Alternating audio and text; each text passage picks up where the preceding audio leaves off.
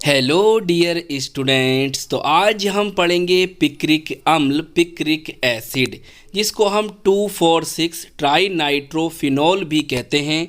हम इसके बनाने की विधि पढ़ेंगे, इसके भौतिक गुण, फिज़िकल प्रॉपर्टीज़ के बारे में जानेंगे और इसके उपयोग, इसके यूसेस के बारे में जानेंगे।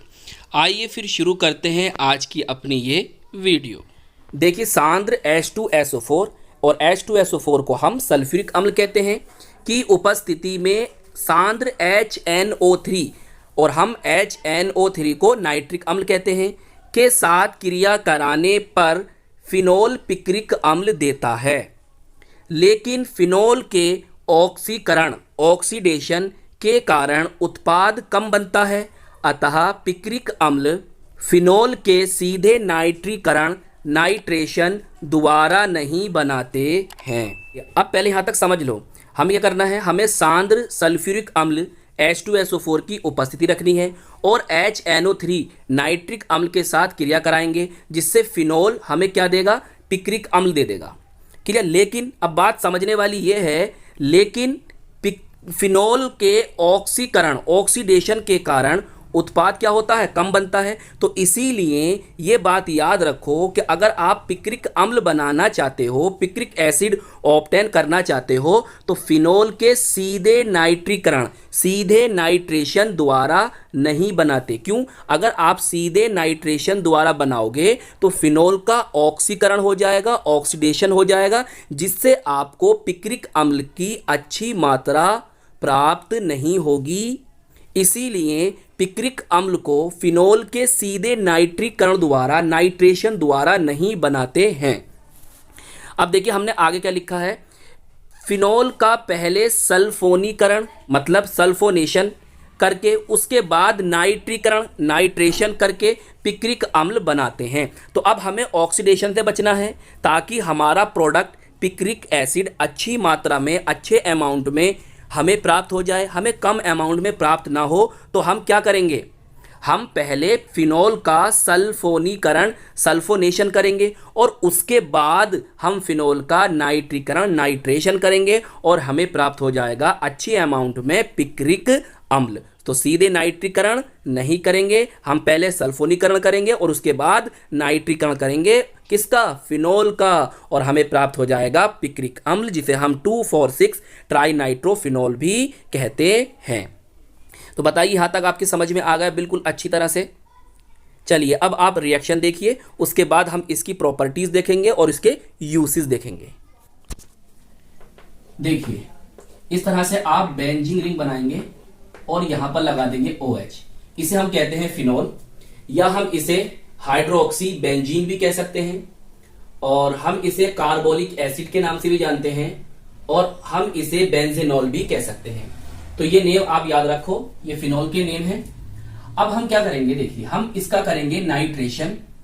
क्लियर। और नाइट्रेशन करने के लिए हम इसकी रिएक्शन कराएंगे कॉन्सेंट्रेट HNO3 से।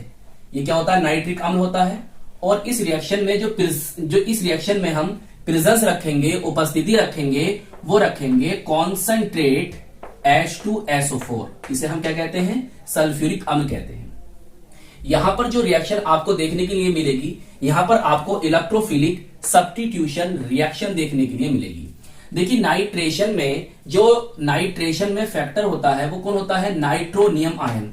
उसे कैसे लिखते हैं, NO पॉजिटिव।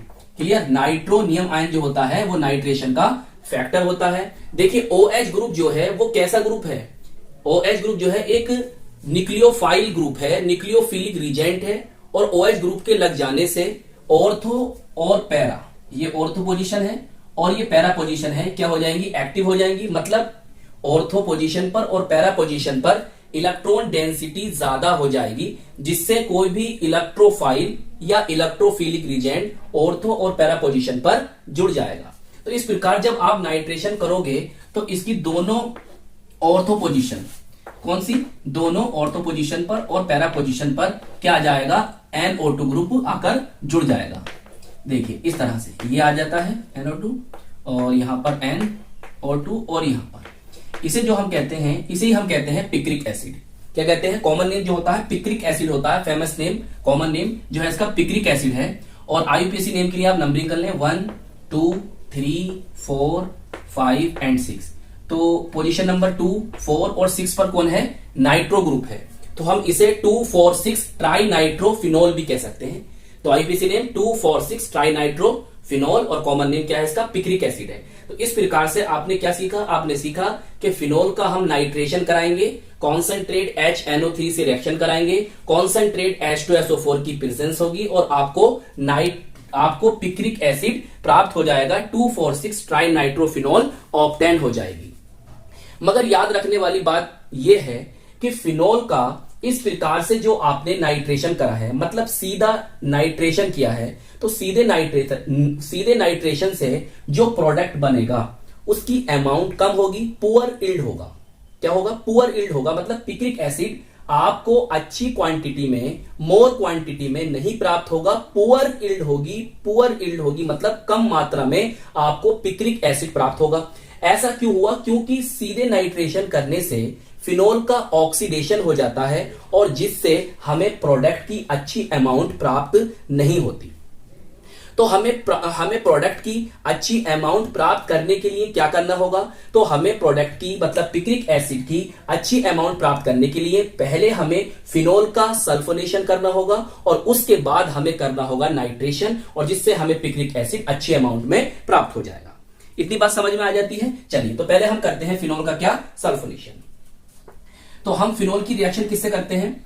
हम फिनोल की रिएक्शन करते हैं कॉन्सेंट्रेट H2SO4 से। ये बात हम जानते हैं, जब हम सल्फोनेशन करते हैं तो सल्फ्यूरिक अम्ल H2SO4 से रिएक्शन करते हैं और जब नाइट्रेशन करते हैं तो HNO3 नाइट्रिक अम्ल से रिएक्शन करते हैं। तो इसमें जो ग्रुप होगा SO3H पॉजिटिव, वो इसकी ऑर्थो और पैरा पोजीशन पर आकर जुड़ जाएगा। देखिए, इस तरह से आप फिनोल बनाएंगे और इसकी ऑर्थो पोजीशन पर SO3H ग्रुप और यहां भी SO3H ग्रुप जुड़ जाएगा। अब इसका नेम क्या होगा? 1 2 3 4 5 एंड 6। तो देखिए, दूसरी पोजीशन और फोर्थ पोजीशन पर आपका SO3H ग्रुप है, तो हम इसे कहेंगे फिनोल 2,4 डाइसल्फोनिक एसिड। क्या कहेंगे? Phenol 2,4 disulphonic acid. तो आपने इसका सल्फोनेशन करा और आपको ये प्रोडक्ट ऑब्टेन हो गया। अब आप इसका क्या कर देंगे? नाइट्रेशन कर देंगे। क्या कर देंगे? नाइट्रेशन कर देंगे। तो नाइट्रेशन करने के लिए आप क्या करोगे? कॉन्सेंट्रेट HNO3, कॉन्सेंट्रेट HNO3 से इसकी रिएक्शन करा दोगे और इस रिएक्शन का कर दोगे, गर्म कर दोगे। क्लियर? और जब आप कॉन्सेंट्रेट HNO3 से रिएक्शन कराएंगे और रिएक्शन को आप गर्म कर देंगे तो इससे आपको picric acid 2,4,6 tri nitro phenol प्राप्त हो जाएगा। क्लियर? हम लिख सकते हैं ना, ट्राई नाइट्रोफिनोल, TNP आपको प्राप्त हो जाएगा। तो हमने क्या सीखा? हमने ये सीखा कि अगर हमें पिक्रिक एसिड को अच्छे अमाउंट में बनाना है तो हमें फिनोल का डायरेक्ट सीधा नाइट्रेशन नहीं करना है। हम पहले इसका सल्फोनेशन करेंगे, उसके बाद नाइट्रेशन करेंगे, तो हमें अच्छी अमाउंट में पिक्रिक एसिड ऑब्टेन हो जाएगा। तो इतनी बात आपकी समझ में आ जाती है? चलिए, कुछ बातें पिक्रिक एसिड के बारे में जान लो। देखिए, इसके भौतिक गुण, फिजिकल प्रॉपर्टीज क्या हैं। देखिए, नंबर फर्स्ट है पिक्रिक अम्ल पीला, क्रिस्टलीय ठोस, क्रिस्टलाइन सॉलिड एवं कड़वा पदार्थ है। समझ में आया? पिक्रिक अम्ल कैसा है? पीला है, क्रिस्टलीय ठोस है और कड़वा पदार्थ है। दूसरा पॉइंट समझो, इसका गलनांक मतलब मेल्टिंग पॉइंट, जिसे हम शॉर्ट में लिखेंगे MPT, कितना होता है? 122.5 डिग्री C होता है। क्लियर? इसका मेल्टिंग पॉइंट इतना होता है। अब आगे देखिए, तो देखिए ये एक प्रबल अम्ल, बोले तो स्ट्रॉन्ग एसिड और विस्फोटक पदार्थ है, एक्सप्लोसिव है। क्लियर? आइए अब इसके यूसेस देखते हैं।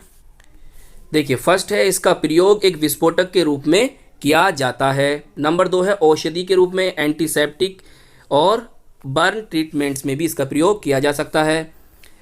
नेक्स्ट है आपका रंजकों मतलब डाइज के निर्माण में भी इसका प्रयोग किया जाता है। और लास्ट है आपका इसका प्रयोग कार्बनिक विश्लेषण में भी किया जाता है।